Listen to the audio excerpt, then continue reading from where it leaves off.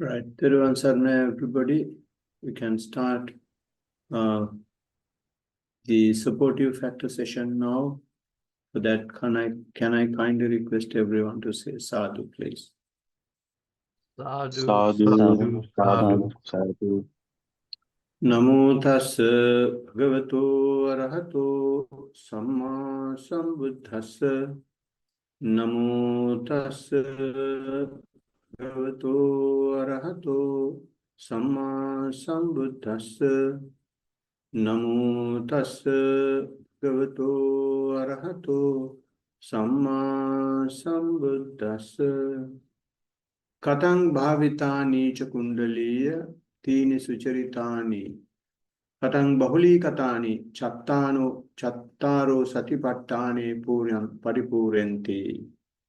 Sadhu, sadhu, sadhu.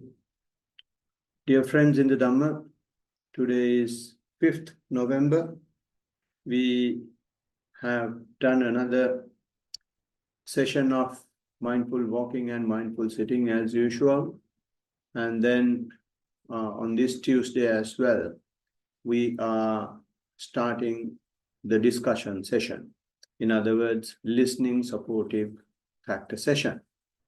And for that, we have been discussing a particular sutta called Kundaliya Sutta for that purpose. And this Kundaliya Sutta is something which is found in the connected discourses in the mountain section. And it is a bit of an interesting discourse because it's a discussion between a wanderer who is looking for the truth and the Blessed One. And that meeting is opening up an unexpected avenue to this wanderer. And he has met so many other ascetics, so many other preachers, because that is what he has been doing as a wanderer, looking for someone who is able to help. But when he met the Blessed One, he says, I have been living in this manner for quite some time, and wherever I go, and they come out with some sort of a theory, and they argue that their theory is right, and their sole purpose is to win that argument, to say that theirs is correct. And on the other hand, there's another group of people I have seen. They say such convincing is not acceptable, and we can't say that only this is correct. So those are the two type of people I have met as a wanderer, going from monastery to monastery and park to park. And I would like to ask even you, Venerable Sir, why are you living this secluded life? Do you have any comment on that? Then the Blessed One says, why I live this life, Kundaliya, is for the benefit and fruit of the true knowledge and liberation. So it's not only the true knowledge and liberation, but it's benefit and fruit. You can something really consume when you are having the knowledge and when you are liberated. And that was an eye-opening for this particular wanderer. And he kept on asking questions. What things to be done, what things to be done, what things to be done for each of the stages. So if I may just signpost them, as soon as he heard about this true benefit and fruit of the true knowledge and the liberation, he asked what things to be developed and cultivated for that purpose. And the Blessed One says, 7 factors of enlightenment. Then he straight away asks what things to be developed and cultivated to achieve that. Then he says 4 foundations of mindfulness. Then he is asking what has to be done to get there. Then he says 3 kinds of good conduct. Then he is asking what things to be done to get there. Then he says restraint of the sense faculties. And after that, Blessed One is not allowing him to ask any questions. Blessed One is keep talking. And he takes the wheel. And he says, now I'm going to tell you, Kundaliya, how from there, how you get to the top. because that is the basic what you call starting point. Restraint sense faculties. Restraint sense faculties means you are coming out of to some extent, you are coming out of the sensual world. And the Blessed One says, this is how you come out of the sensual world. Not that you really, throw away everything and go and hide somewhere in a cave or in a jungle or in a forest. But he says, when you come into a contact with any sense object, may it be for the eye or ear or tongue or nose, whatever, if it is agreeable, and if you don't long for it, and if you don't become excited about it, and if you don't generate lust for it, then you have some restraint in your sense faculties. Not that you can't use them, not that you can't associate them, but you are not getting bogged in it, in simple terms. And similarly, when you see something or hear something or taste something or smell something or come into contact with something which is disagreeable, then if he or she is not getting dismayed by it, not daunted by it, not dejected by it, or is without ill will, then you have some restraint in the sense faculties. And not only that, he says, his body is steady and mind is steady and inwardly well composed and well liberated. And so far as that incident is concerned, his mind is very steady. And similarly, because the mind is steady, his body is also steady because he's not agitated by either agreeable or disagreeable object that has come into contact. So that's the restrainment of sense faculties. And when the cultivation and development of that happens, the three kinds of good conduct start springing up, right? So three kinds of good conducts are bodily conduct, verbal conduct, and mental conduct. And if you have had any bodily misconduct, they will be gradually replaced by bodily good conduct. And if you have had some verbal misconduct, you will gradually convert them into good verbal conduct. And mental misconduct will be gradually replaced by mental good conduct. So we have discussed few examples of those things. Instead of killing, you start freeing. And instead of stealing, you start donating. Instead of harsh words, you start speaking kind words, so on and so forth.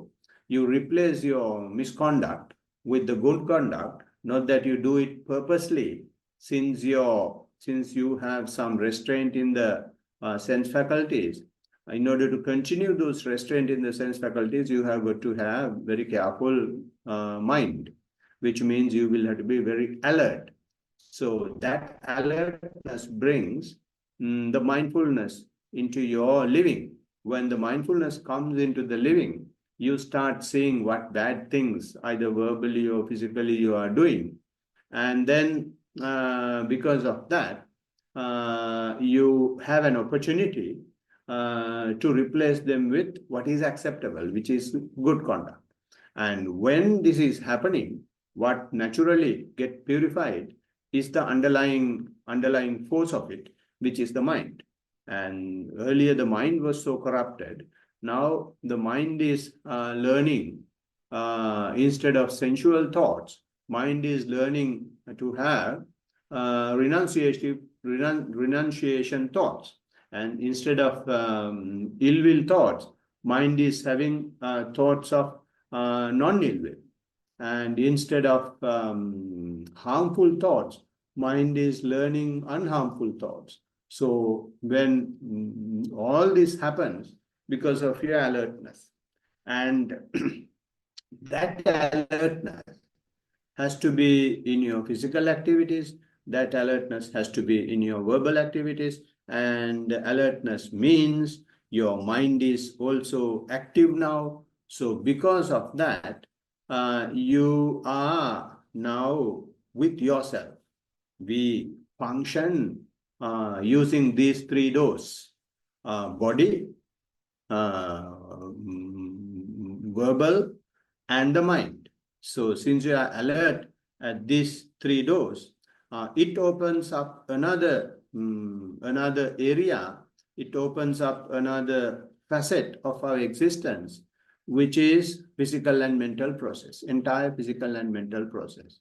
Now because of this alertness, we have been mainly focusing when we are living only about our physical activities, because we never gave any consideration, any concern about the mental process. But now, since your alertness has increased, since your vigilance has increased, in other words, since your mindfulness has increased to what is going on, your mental process starts getting more and more active. So therefore, it is not only your body, mental process activation happens. So you will have to be mindful in a different way. So therefore, because you have these good conducts, that different ways of mindfulness, in other words, 4 foundations of mindfulness will start again springing up. So this is why the Blessed One says, when you are replacing your misconducts with the good conducts, what happens is whatever that facilitate it is coming up. So that is why at the very beginning it says cultivation and development of good conduct, or 3 kinds of good conduct, will lead to the development of the 4 foundations of mindfulness. So 4 foundations of mindfulness we have started talking in the last week, and we discussed few aspects of it. 4 foundations of mindfulness is the theme of our practice. So therefore, it is, I think, better to spend some time on 4 foundations of mindfulness, because some of you have heard of a detailed 4 foundations of mindfulness discourse, which I have already done a few years ago, and it is already in our YouTube channel. But I thought of giving a quick summary, taking a bit more time about the 4 foundations of mindfulness once again, since we have some newcomers who have joined recently. So what we discussed last time was that these 4 foundations of mindfulness was discussed in Kammasa Dhamma village. That's a village in India, in Kuru dynasty. And in that village, the Blessed One goes and tells the people there are 4 foundations, or there is only one and only way for the purification of beings, for the overcoming of sorrow and lamentation, for the destruction of suffering and grief, for the reaching the right path, and for that attainment of Nibbana. So when that was said, that was a bit radical. That was a bit of a revolutionary statement. He comes from nowhere and tells the people that there is only one way, and it's the only way. And because this particular people have been practicing for some time in that village, and they have been doing all sorts of practices, as is happening now even in Sri Lanka and a lot of Buddhist countries.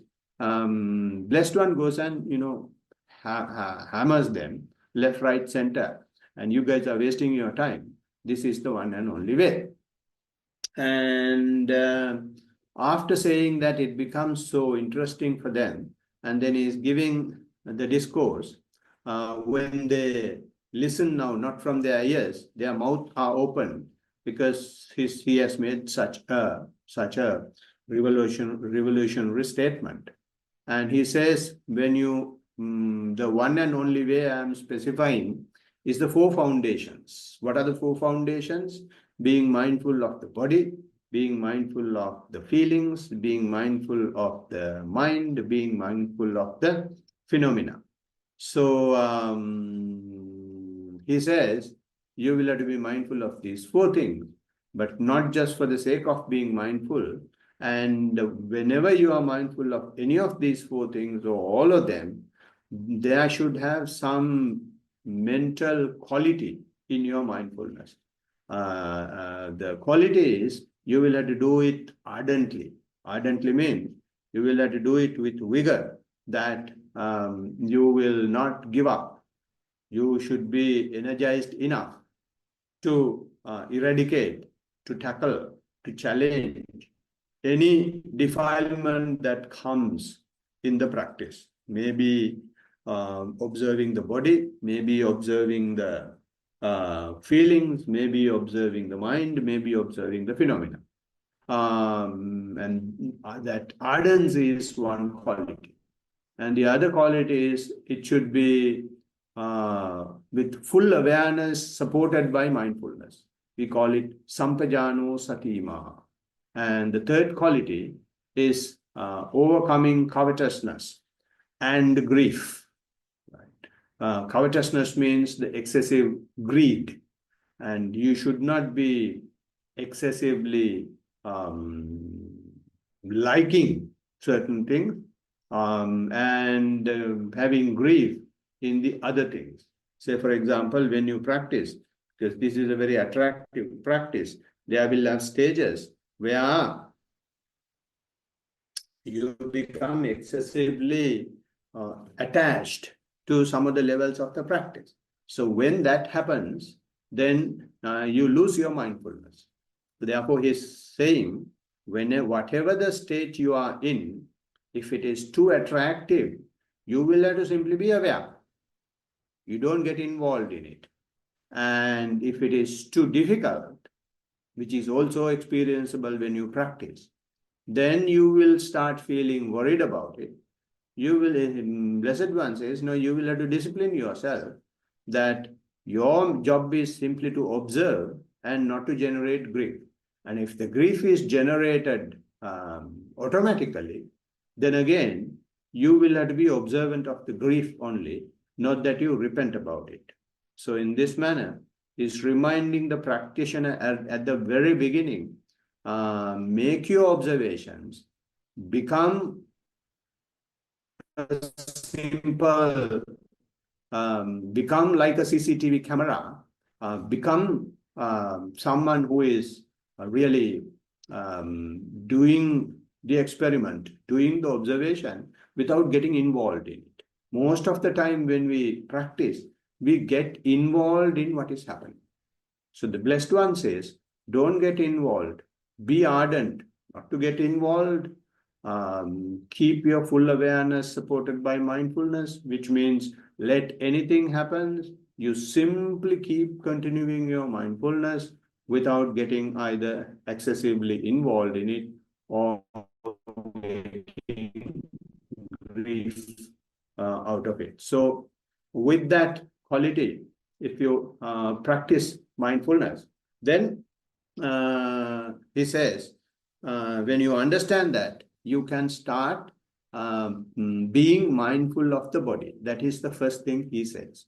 Why he is specifying to be mindful of the body is because usually all the animals, and if we talk about human beings alone, human beings are mainly considering body as the self. Although we know that there is a physical process and a mental process, but when we take our day-to-day living, we live in such a way that there is no mental process. As soon as we wake up in the morning, we do our cleaning of the body, and whatever rubbish that is accumulated overnight from the previous day will get removed, and you put some more stuff inside to get energized, and then wrap yourself with whatever clothes that is suitable or unsuitable, depending on the occasion, and make it as beautiful as possible and looks as handsome as possible, and then go and use that body to earn as much money as possible. And in the morning, you come like, really, really tired, and then again clean yourself and eat something and go to bed to give a rest to the body. And not only that, before we fall sick, we take health insurance. And before we die, we take life insurance. And before we die, we take funeral insurance. All these are done just to look after our body. So the Blessed One knew this because he is the Blessed One, because he knew all the worlds. He is the omniscient one. And therefore, he said, because you are considering yourself as the body, we will start the journey with the body. And he says, take your attention to the body. When you take the attention to the body, a lot of people ask, if it is being mindful of the body, why breath? Body is having so many things that you can be mindful of. Why breath? Is a very, very reasonable question. The reason why he's taking breath is because that is the fundamental thing that is most important in the world. Because our life equals breath.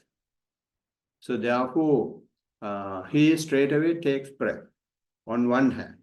On the other hand, this body is functioning because of the breath.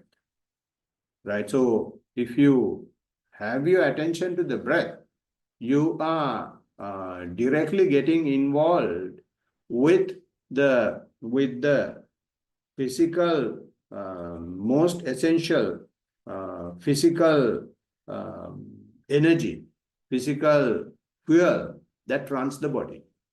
So therefore, if you take either the ear or the eye or the nose, without eye, without nose, without ear, without tongue, people will live. But if there is no breath, then it is very hard for the body to function, body to be active. So therefore, on one hand, breath equals life. On the other hand, the fuel for the body, although we say it is coming from food, in fact, it is coming from air, because without air, no amount of food is useful. Without air, no amount of water is useful. So without food, we can live for 7 days. And without water, I think we can live 7 hours or something.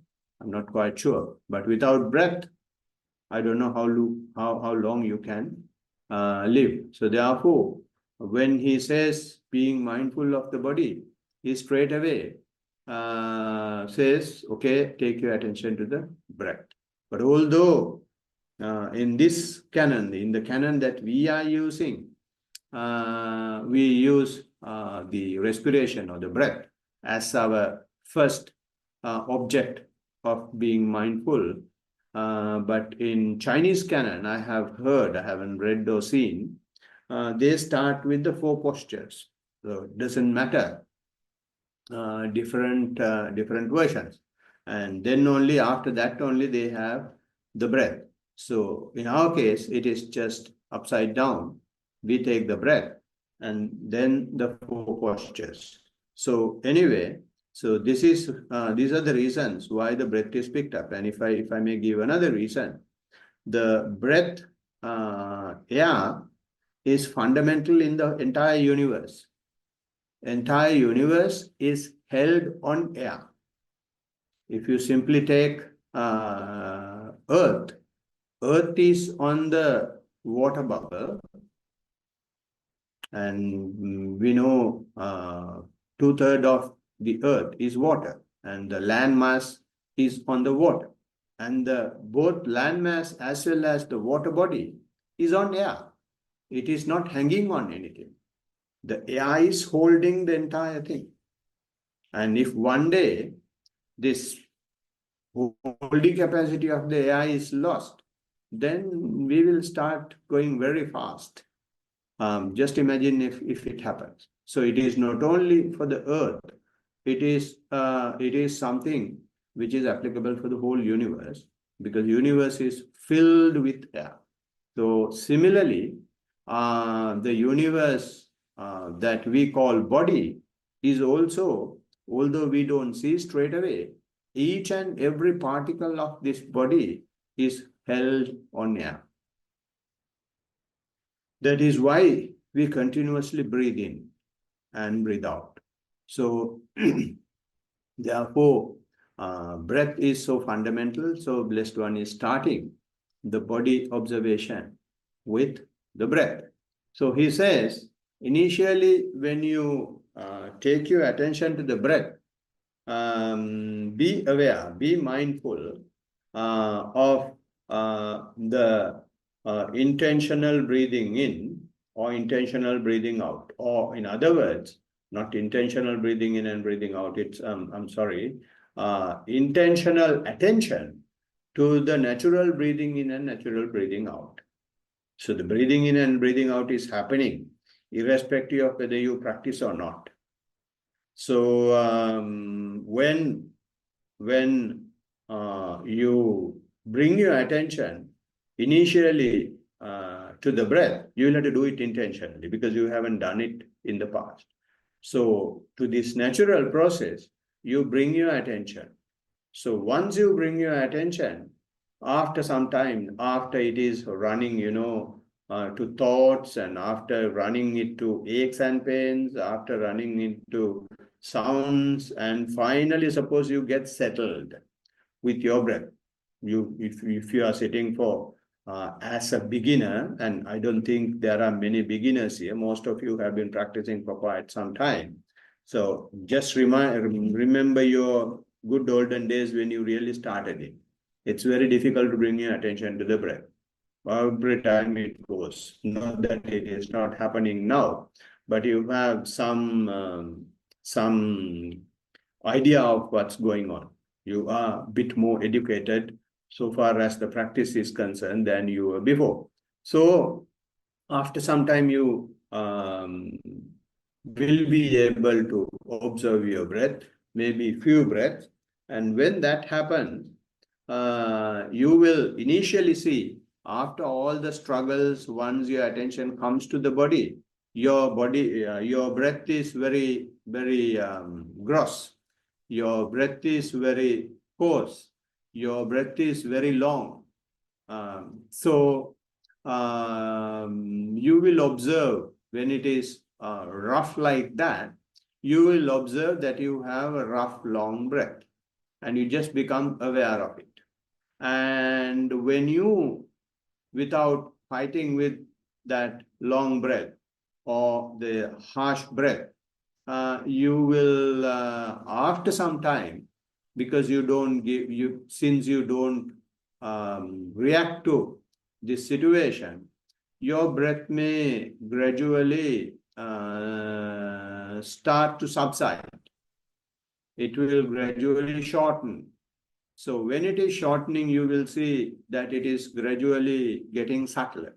So when the breath gets subtler, again, since what you will have to do is to keep the mindfulness to the fore. That is what we are practicing, not just being mindful. You keep the mindfulness to the fore. You keep the mindfulness in the driving seat.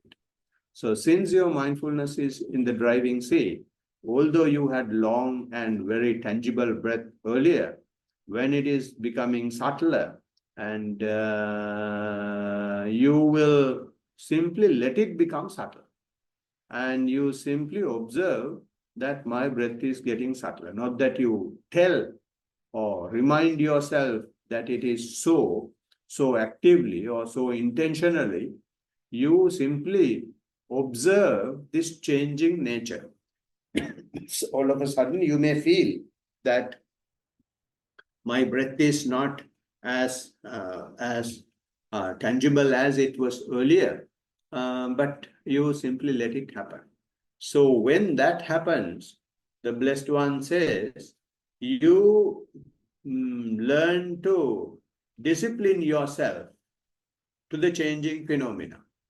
And that is called, your awareness changes into a different facet. Your awareness matures into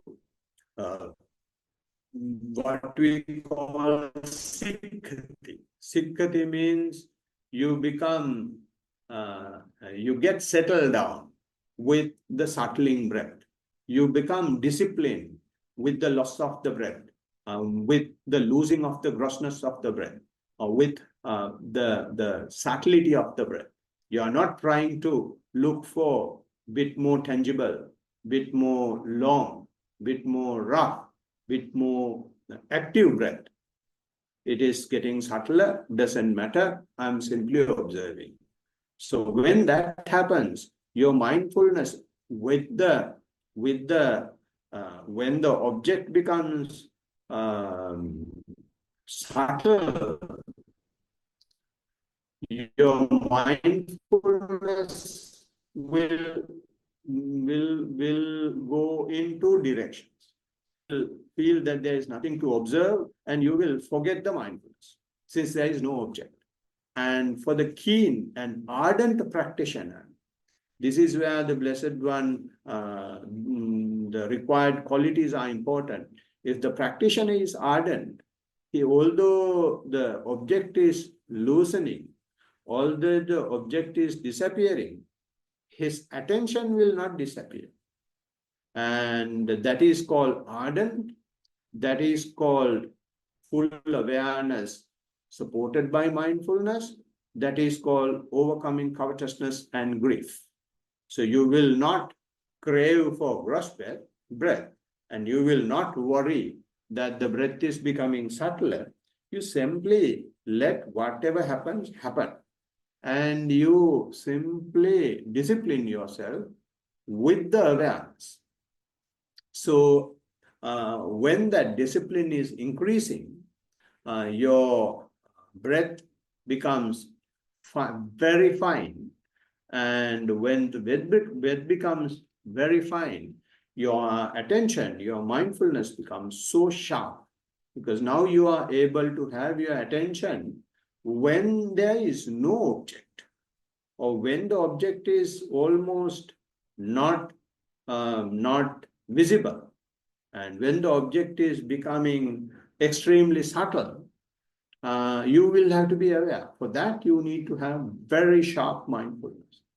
So with that sharp mindfulness, when you have the attention to the breath, what happens is, with the breath, your attention goes into the body, because the breath is something that is happening in and out of the body, which you have been observing, and that has taken your attention that has been traveling around the globe, around the universe, around the galaxies, now is completely in your body.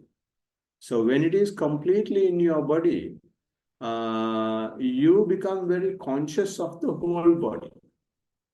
And now hardly you feel your breath, hardly you feel any air, but you have some feeling, not some feeling, a good consciousness of your body. Some people may feel it as lightness, some people may feel it as very rough and very hard. Some people may feel the whole body when it is shaking, or some people may feel it as vibrations in the body. And in some form, you start feeling the whole body. All this time you have been observing breath, but now this breath has turned into sharper mindfulness, and the breath has turned into, breath has made you to become sharper when the object is disappearing. And you are now more conscious of the body. So when those unexpected, unexperienced events occur, again, there is a tendency that you will lose your ardence. There is a tendency that you will not continue your awareness. There is a tendency that you will start grieving or become excessively having greed of the phenomena. So, if you make those mistakes, definitely in your report you will write those things, and you will ask what to do when this is happening, or when this was happening, I did this or I did that, you will write. So when that report is given, and then the teacher becomes aware, and when the breath becomes subtler, when the body was manifesting very clearly, and when the attention was in the whole body, teacher can understand that you have reacted. Then the teacher will advise you, just forget about what's happening. And this is how you go from your known breath to the unknown areas of the body, unknown happenings of the body. Not that these things happen now. These things have been happening right throughout your existence, but your attention was into the other galaxies and not to your own galaxy. You didn't see. Now you have come out, brought your attention from exploring the outer space. Now your attention is in the inner space. Now you are exploring the inner space, and this has been there for ever since you were born, and ever since you have been in this continuing existence. So in that manner, when he receives the advice, and if he is believing the teacher, and if he is believing in himself, if he is believing, if he is having some faith in the Buddha, Dhamma, and Sangha, then he will continue, okay, I will go ahead, and then he will keep on observing whatever nonsense, if I may use that word. They are not nonsense, but for the practitioner, it may look so, he may feel so, but they are the reality. And when you observe them, then what happens is, you become more and more calmer with the phenomena. When it becomes calmer, breath now is extremely subtle. It is hardly there, but you are with the body, and you will be sitting and observing, and you don't feel that there is any bodily activity happening, because you have gone into the real essence of life, and you are able to, with the least consumption of that most important physical aspect of the life, which is the breath. You have economized that to the maximum. That happens when you simply observe it. But when we are working, when we are having our day-to-day lives, we don't economize that. We try to gasp as much air as possible and try to earn money. And we do shifts after shifts and overtime after overtime, and then just hammer ourselves, hack ourselves, and then we keep breathing like donkeys and cows, ha, ha, ha, ha, all the time, and keep working. And by evening, naturally you are dead. But here what happens is, you simply sit and observe and economize that most important thing in your life. The money that you earn has no value compared to your air. Because when you are about to die, you are not asking any dollars. You are not asking man or a woman or partners. You don't ask for houses. You don't ask for your investment portfolio. You don't ask for your parents, siblings, and kids. You will ask for one more breath. So if you economize that while living, and in this manner, you are experiencing your death. Your breath becomes subtler, and you are quietly observing it. You don't get panic. You know it is losing. And it has lost to an extent that your body was also, a bit funny. Body was not used to it. And you observe that as well. So all these are the things, all these are things that will happen when you die. So if you practice that now, at the time of death, you will have very cool death because you have lived, economizing your breath. So in this manner, when you don't feel the body, you don't feel your breath, but you simply sit. And Blessed One says, that is how you discipline. And when you have your attention in this manner, one may think that this is something that can be done only by monks who are living in a forest and who are fed on a daily basis and whose requisites are taken care of.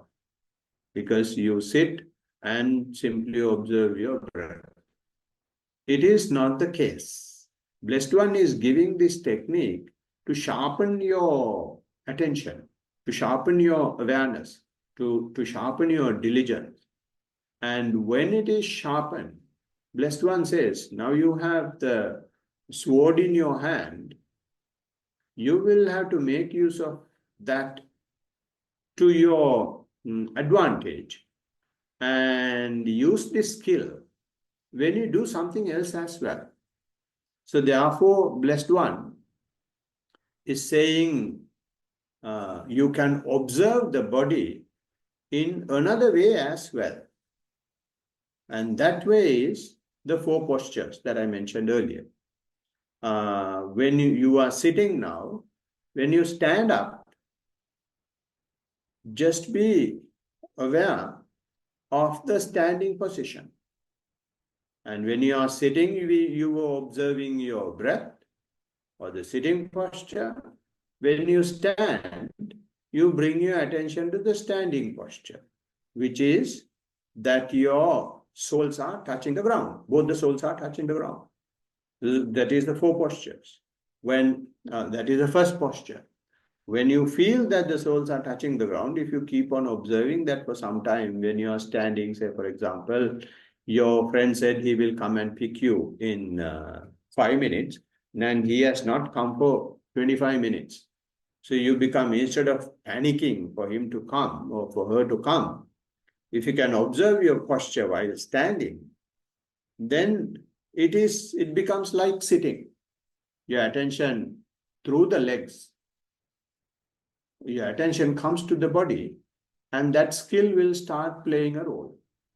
And similarly, when you are sleeping, what we do is we just jump into the bed and take our phone and keep scrolling until we fall asleep. Instead, when you lie on the bed and the bed part of the body is in contact with the bed or the mattress, and you take your attention there and just observe. When you observe, again, that skill of having the attention to the body will come up. Usually, when you observe that posture, your attention may go to breath again. If it goes to breath, just let it happen. Keep observing. And sometimes for some people, you may not get proper sleep, but you get the best relaxation. And the following morning when you wake up, you may feel that you haven't slept, but you are 100% energized. I have some people in Sri Lanka, and that happened to them. They are nurses as well, and they are supposed to go early morning to work, and the whole night slept mindfully. She hasn't got any sleep. And at 6 o'clock, she has gone to work. And at 2 o'clock, she calls me and says, I did not have any sleep, but I'm not at all tired, still working. I'm more energized than ever. So if you are mindful in that manner, in any posture, and the other thing that we do is walking, and that I'm not going to explain it specially, because we do that on a daily basis when we practice. So you know what is happening when you take your attention to the leg, when you take your attention to the sole of the feet, and when it is moving. It's like again sitting posture. Your attention comes to the body, and a different experience is coming from your walking process. So in this manner, that skill that you sharpen with your breath and now is getting diversified. Before Buddha, these things were not there very much. And therefore, they had to leave home. They will have to go to the jungle, thick jungle, and then to the Himalayas. And even in Himalayas, that areas where nobody able to come, they had to go because they just want to keep sitting until a tree grows over them. But here it is not. Here it's a way of living. Buddha has given the skill. After giving the skill, he's teaching us how to use that skill to live your life, not to escape from life. So that is where this clearly comprehending and mindfulness comes into the picture. Full awareness and mindfulness comes into the picture. If you have awareness only in the breath, then it is not full awareness. It is paralyzed awareness. You can be mindful only with the breath. But now he's taking it a bit more forward. No, you can have this awareness, even any of the postures. So this skill, therefore, with you all the time. So in that manner, he's teaching us not only liberate ourselves, how you learn.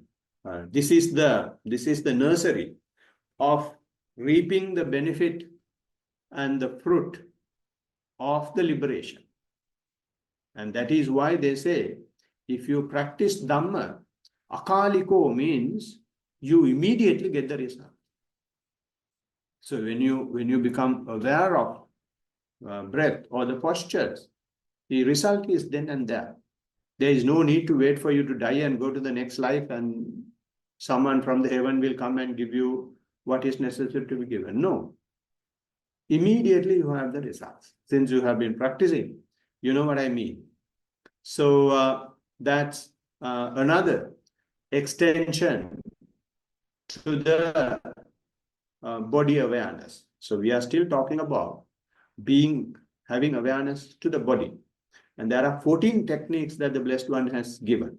So we just discussed 2. One is the breath and the other is the 4 postures.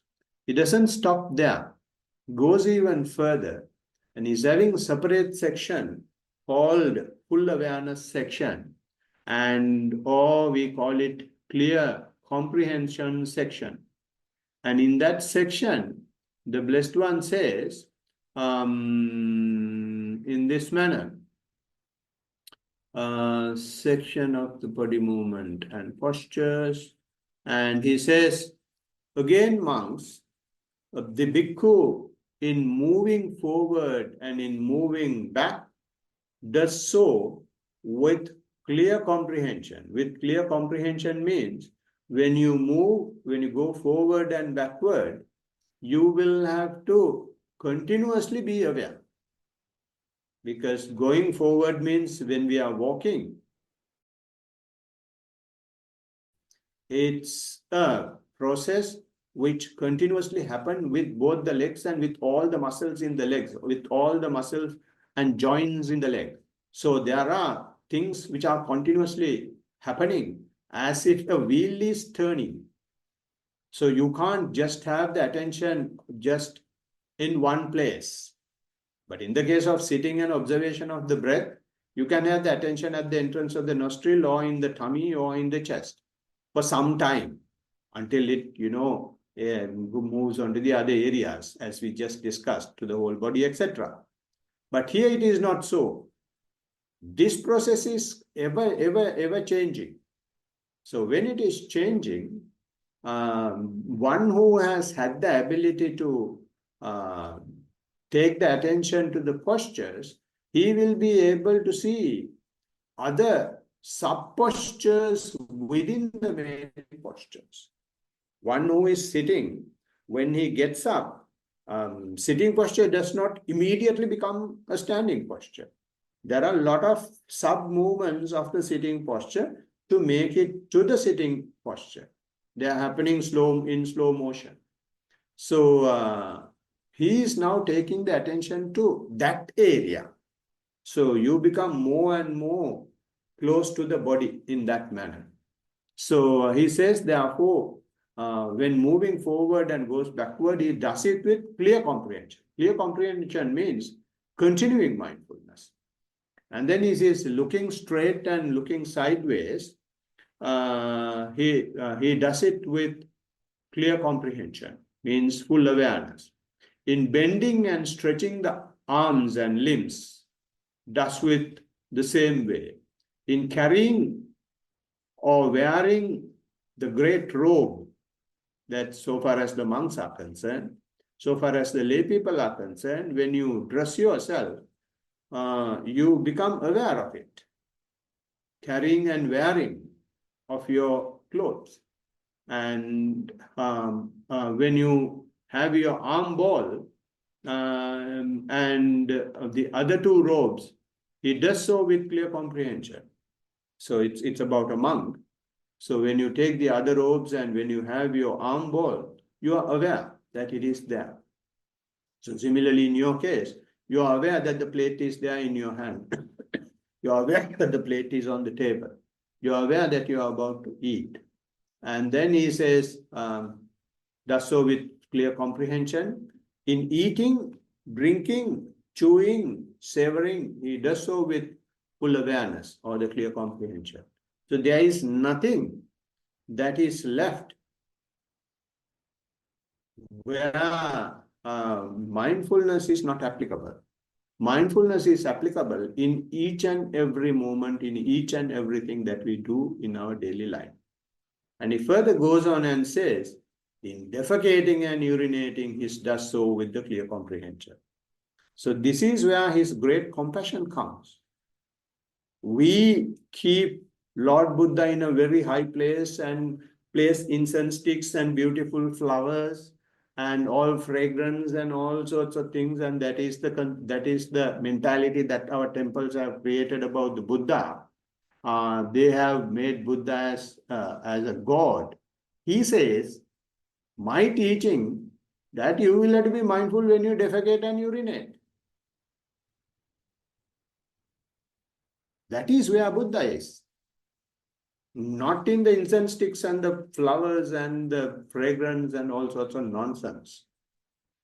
And I'm not blaming that they are useless or worthless, but see the difference, see the teaching of the Buddha and what we do. And this is the compassion. This is the wisdom. We bring our attention to our life and make our life so simple. We simply observe when the things are happening. You don't stop doing anything. You live your normal life. But don't get over-involved in it. You simply become an observer of it so that you are naturally relieved. And then and there you get the benefit of it. You get the fruit of it. And he says, in walking, standing, sitting, falling asleep, waking, speaking, or keeping silent, he does so with a clear comprehension. So this is how you become, and in this section I don't find, I have read somewhere that in whatever way that you maintain your body, you become mindful of it. Because there are certain things that we as lay people, or rather you as lay people, which I was also some time back, things that we do. And therefore, Blessed One can't say all that here. And he says, if you do those things, become aware of them as well. There is nobody to stop. And it is not mentioned here anyway, but I remember reading it somewhere. It says, in whatever manner you use your body, So you know what I mean. You just become aware of it, and there is nothing to be thrown away as that this is something where I should not have my mindfulness. So thus he keeps his mind steady on the aggregate of the physical phenomena, which is his body. So in that manner, Blessed One is teaching us to have our attention into our body. So see how clever he is, gradually teaching us the skill in the best possible manner. And gradually it is being diverted into many other things so that we will be able to live our life so smoothly. So I would like to wish you all that this is something that you can, which you have already done. This is something that you can add as a life skill. And this is something that we can give to anybody as a present. Because a lot of people are not having this present. But the question is, how many are ready to accept this as a present? For a lot of people, this is not a present, this is a curse. And for someone to accept this as a present, that the present moment is a present, he should have an extraordinary mind. He should have a mind of a human being. If you have the mind of an animal, you will eat, drink, sleep, and produce your kind, and that's all. But if you have a better mind that sees things outside those things that animals do, then you become a human being and you have a human mind. So I'm glad that you are having that wisdom. So may you thrive in that wisdom, and we will continue from there about the 4 foundations of mindfulness in the next session. Blessings of the Triple Gem. Sadhu, sadhu, sadhu. Right, so we can start the discussion. If anyone is having any question about what I said or any report, this will be the time. Therwan Saranaswaramasa. Teruvan Saranai Puta. Just a small question. What do you mean by the phenomena? Being mindful of the phenomena? Yeah, it's a good question. Phenomena means when you keep on observing, what happens is, I mean, this is not the word that is used in the books, in the translation. They use the word mental objects, but for me, it doesn't. That translation doesn't give the real practical meaning of it. So why I say that is phenomena is when you simply observe, you don't get involved in things. You let things happen, you simply keep observing. So when that comes to a very high maturity level, the world does not stop. World continue as it is, and you are simply observing.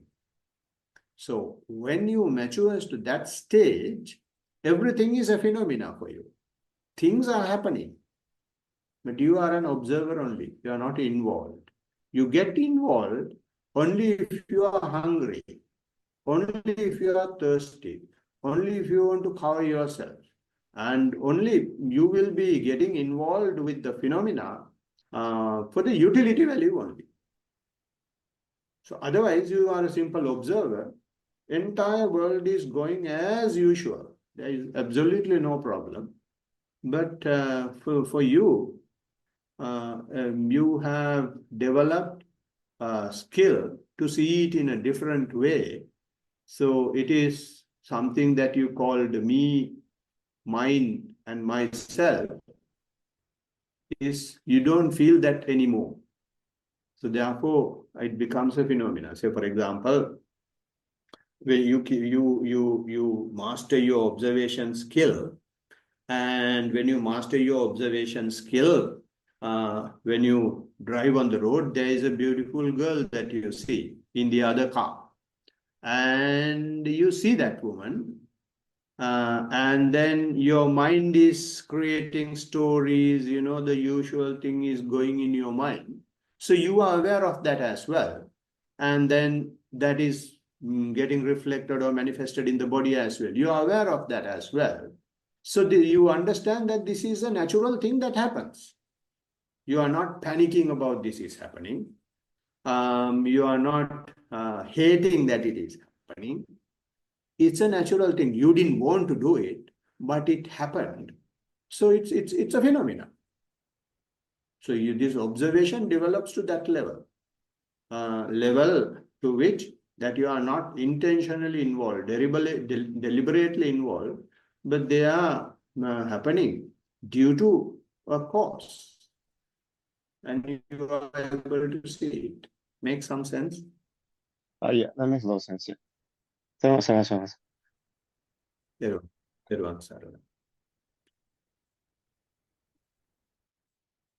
Yes. Any other questions?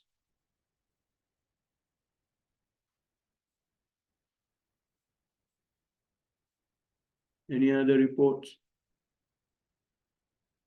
La. I'm okay this week, Bhante. Thank you. All right. Okay, so if there are no questions, San, you want to say something? No, I'm good. Thank All you. right. Okay.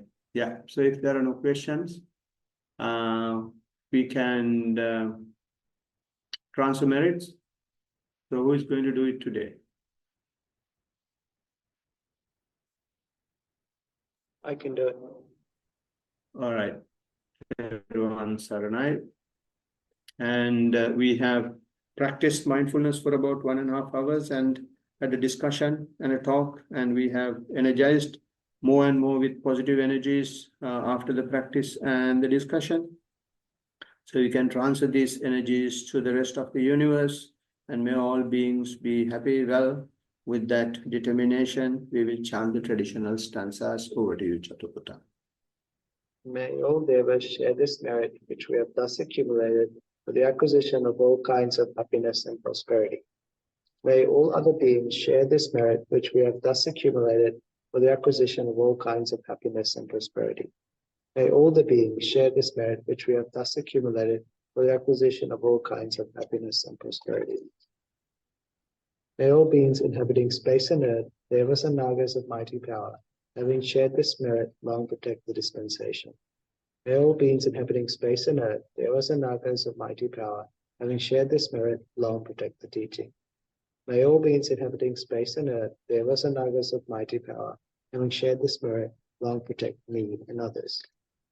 If by deed, speech, or thought, heedlessly I have done any wrong, forgive, O Master, O Victor, greatly wise.